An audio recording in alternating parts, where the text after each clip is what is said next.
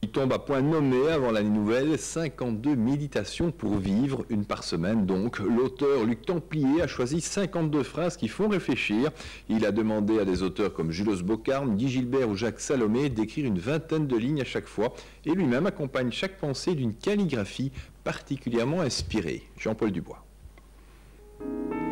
La calligraphie, un art qui remonte littéralement à la nuit des temps. Tradition chinoise, japonaise, arabe, latine également. Un art parfois très méticuleux, parfois beaucoup plus immédiat.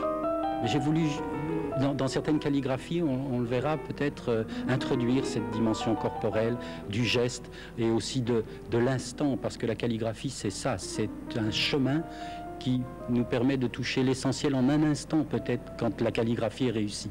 C'est pas toujours donné, mais parfois on peut trouver ce chemin. 3 lectures nous sont offertes à chaque fois. D'abord la méditation elle-même, puis un texte d'auteur, enfin l'expression de la même idée par la calligraphie. Simplement illustrer la phrase ou retranscrire la phrase, la réécrire, même d'une manière jolie, ça n'aurait pas tellement d'intérêt. Mais créer un autre sens grâce à la calligraphie, et grâce à la composition, grâce au choix des couleurs, alors là, il y a un supplément qui devient intéressant. Ici, une calligraphie, une des dernières que j'ai faites, qui me semble intéressante au niveau du jeté, de la spontanéité et de la tradition. La phrase dit « Quand je ne parviens pas à me brancher sur mon cœur, j'ai le courage de rester en silence ».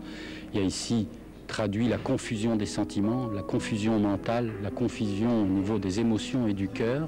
Et puis en dessous, j'ai le courage de rester en silence, et ce silence qui peut être réparateur. Ici une autre phrase, quand tu ne sauras plus où aller, souviens-toi d'où tu viens.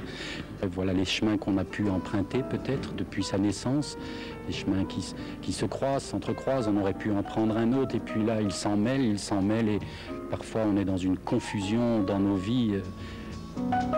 La calligraphie, un art de vivre en tant que tel, à l'évidence pour Luc Templier lui-même.